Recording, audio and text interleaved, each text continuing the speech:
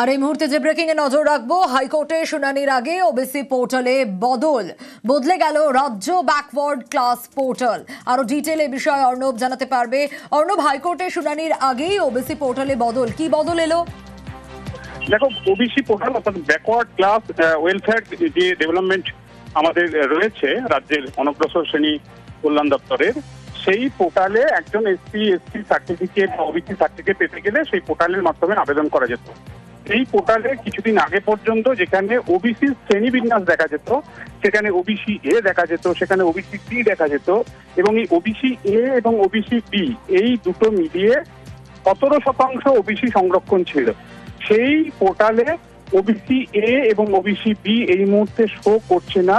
সেটা শুধুমাত্র only OBC, অর্থাৎ অনলি ওবিসি বলতে 2010-এর আগে যে 66টি সম্প্রদায় ছিল সেই তালিকাভুক্ত ওবিসিকেই এখন দেখানো হচ্ছে।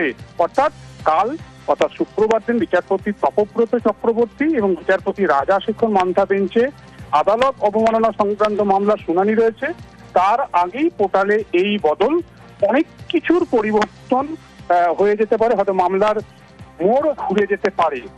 এখন এসএসসির ক্ষেত্রে কি হবে, অন্য রিক্রুটমেন্টের ক্ষেত্রে কি হবে, কলেজ বিশ্ববিদ্যালয়ে ভর্তির ক্ষেত্রে কি হবে, পুরো বিষয়টা হয়তো কাল ডিভিশন বেঞ্চে ফয়সালা হয়ে যেতে পারে। বেশ।